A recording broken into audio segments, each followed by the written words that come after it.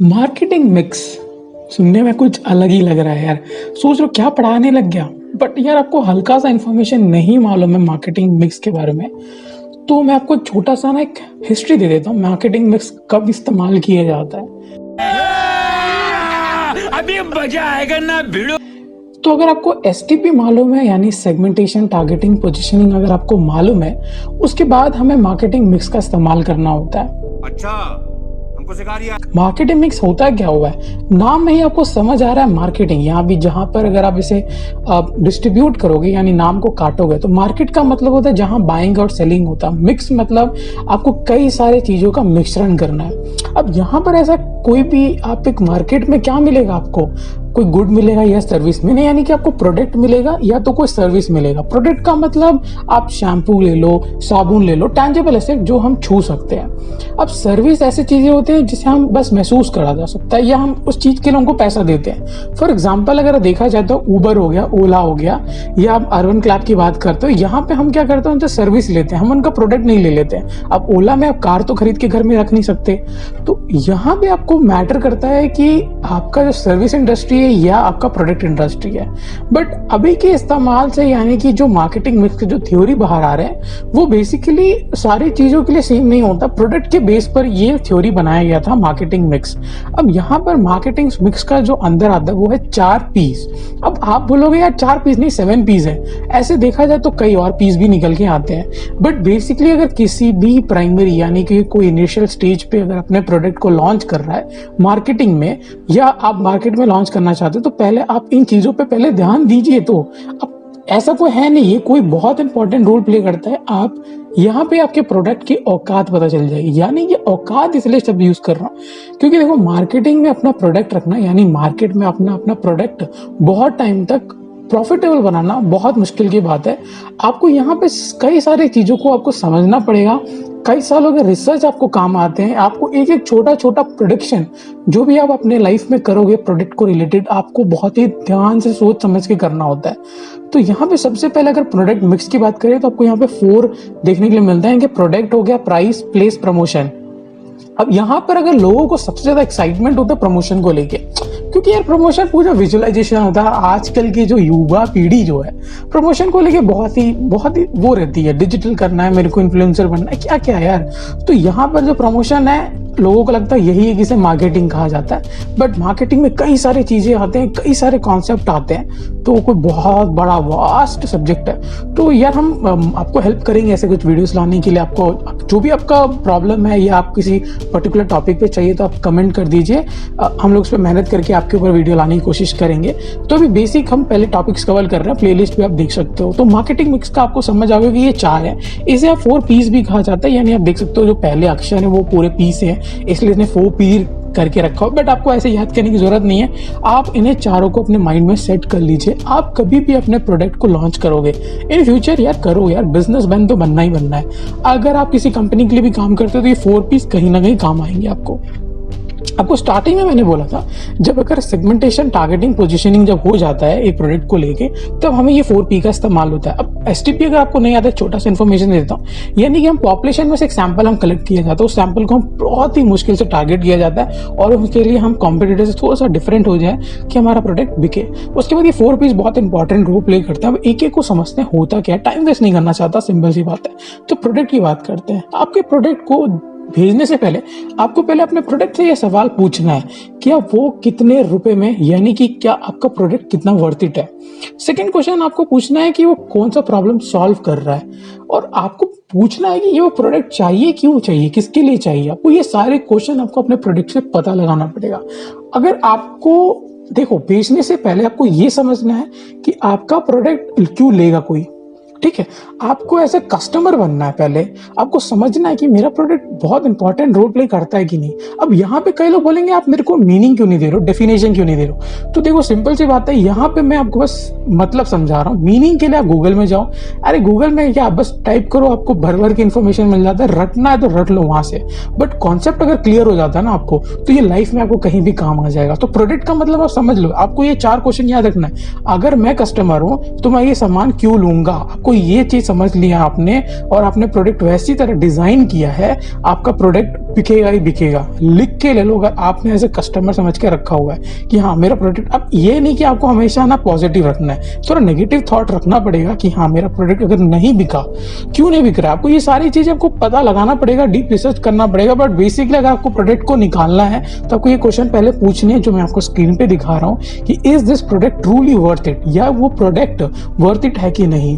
क्यों वो प्रोडक्ट मैं लाऊं, मार्केट में क्यों लाऊं, किसके लिए लेके आ रहा हूँ, क्या वो प्रॉब्लम कोई सॉल्व कर रही है कि नहीं कर रही है। अब अगर हम बात करते हैं किसी एक प्रोडक्ट की एग्जाम्पल के तौर पे, क्या बच्चों को डायपर लाने की जरूरत थी, डायपर एक प्रोडक्ट है, उसको लाने की क्या आवश्यकता पड़ी, क्यों लेकर आए पैम्पर, ऐसा क्या हो गया। तो उन लोगों ने एक प्रॉब्लम सॉल्व किया ना, क्योंकि डायपर लाओगे तो यार आप जाहिर से बात है वो शौक हो जाएगा।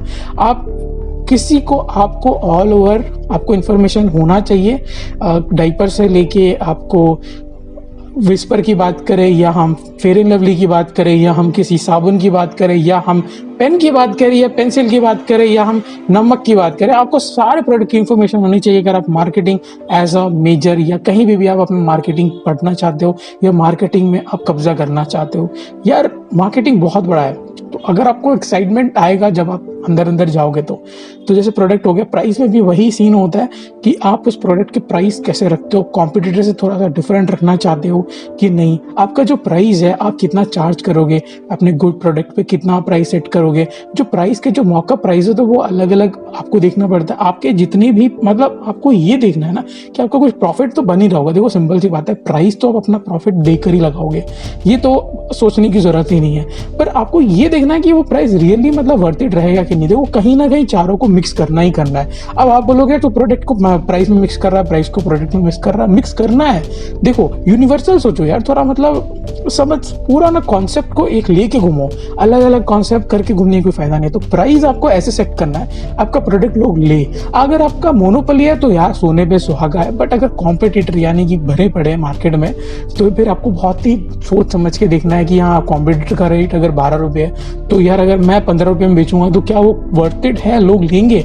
अगर आप इकोनॉमिक वेलफेयर यानी इकोनॉमिक पर्सन को टारगेट करते हो तो जाहिर सी बात है 15 रुपये में कोई नहीं लेगा। तो आपको 10 या 11 रुपये के अंदर रखना पड़ेगा, या 12 रुपये में रख के सेम रेंज में निकाल सकते हो। ग्राम में गेम खेल सकते हो, यानी कि आप वेट में गेम खेल लो और रेट उतना ही रखो। ऐसे ही चलता है मार्केट। अगर आप फॉर एग्जाम्पल अगर हम कोई भी दो कोलगेट का कंपनी लेते हैं, मतलब टूथपेस्ट की कंपनी लेते हैं, तो ए और बी रख लेते हैं, जहां पे ए तो अगर 12 रुपए का 200 ग्राम बेच ही रहा होगा, बट दूसरा कोई नया कॉम्पिटिटर क्या करेगा 150 ग्राम दे देगा आपको 12 रुपए में। तो आप ग्राम में गेम खेल सकते हो अगर आपको ऐसा लग रहा है। तो वो लोग ऐसे ही गेम खेलते हैं, आपको बस समझना होता है यार पूरा गेम का गेम ही। बस प्राइस का मतलब आपको यही है कि आप किस तरह प्राइस अपने बंदे को दोगे, यानी कस्टमर को कैसे दोगे। फिर आता है प्लेस।